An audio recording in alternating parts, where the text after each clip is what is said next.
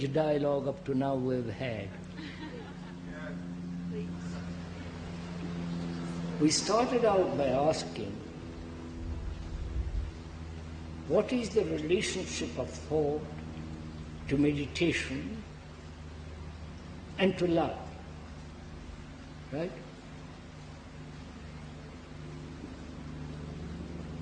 We went into the question that our mind contains or is the result of the senses, the emotions, crooked, sane, irrational, illusory, and so on, the sentiments, the judgments, the evaluations, the memories, the hurts, the anxieties, all that which is under the umbrella of thought. Thought is the central factor. And as thought is the result of knowledge, and knowledge is always limited, and therefore with knowledge goes ignorance, thought is fragmented, broken up, limited. And when thought says, I must meditate, I must find out truth, I must achieve enlightenment, thought is playing games with itself. That's obvious. So the meditation has nothing to do with thought. When you sit down and deliberately meditate, it may be pleasant, it may give you certain relaxation, you may have certain pleasurable experience, but all that is a deliberate action by thought and desire to achieve a certain result. Therefore, that's not meditation. And what is the relationship of thought to love? That's what you're asking me. Love, this becomes rather difficult. Love is free from thought. Love is not the product of thought. If it is, it's still part of desire, obviously. So love is independent, is free from all the activities and chicanery, dishonesty, desires, sensations, sex. That's not love.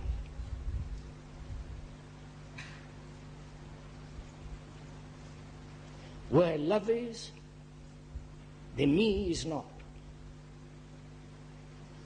Obviously. The me, the ego, with all its arrogance, conceits, aggressiveness, humility, pretension, humility rather, all that is the ego. What has that got to do with love? You understand?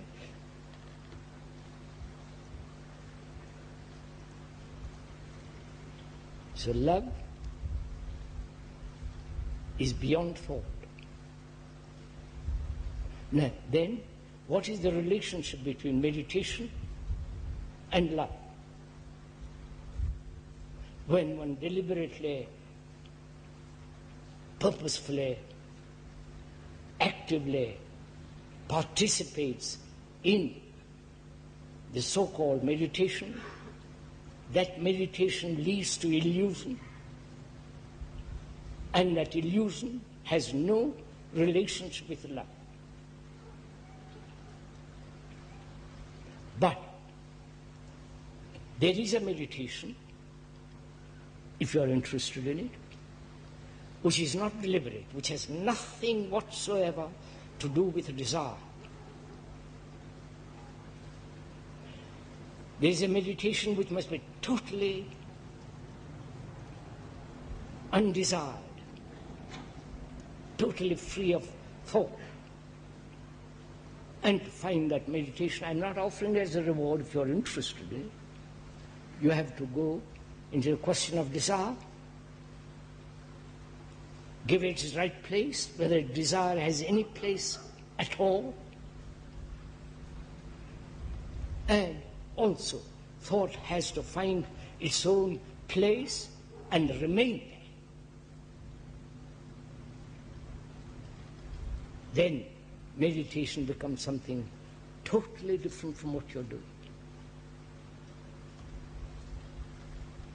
That is, one has to find out what is reality and what is truth.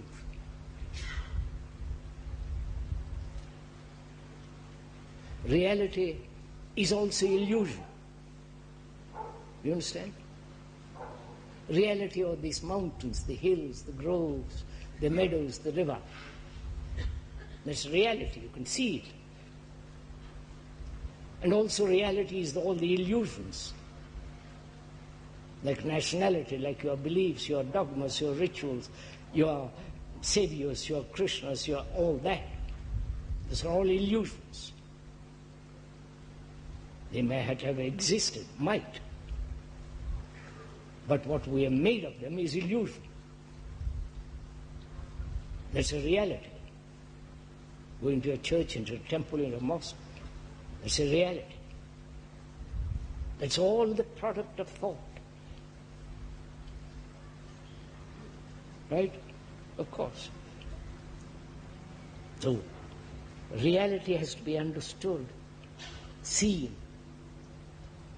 Reality, everything that thought has created, the atom bomb, it exists, atom exists before thought investigated and created the bomb. Thought did not create nature, but thought has used nature. The chair one is sitting on is made by thought out of wood. And reality has nothing, truth has nothing whatsoever to do with reality.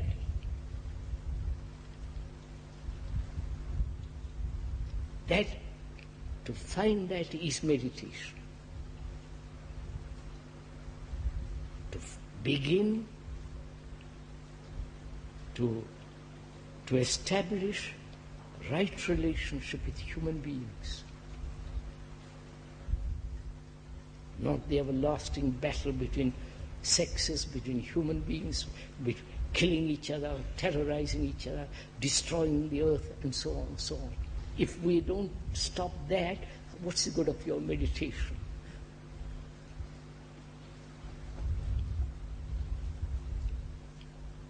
So first, you have to be good.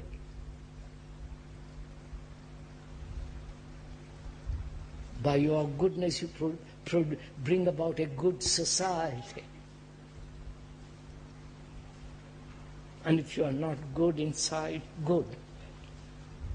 I'm using that word specifically because it's not the goodness, be a good child. I don't mean that. We'll go into perhaps tomorrow or another day. But if there is not goodness in you, you cannot produce good society. And without goodness in you, you can meditate till you doomsday.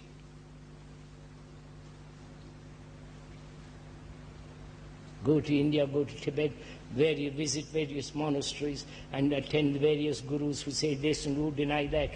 Play that game if it amuses you. But don't deceive yourself saying that's meditation, I'm meditating. Right? So if you have no love in your heart,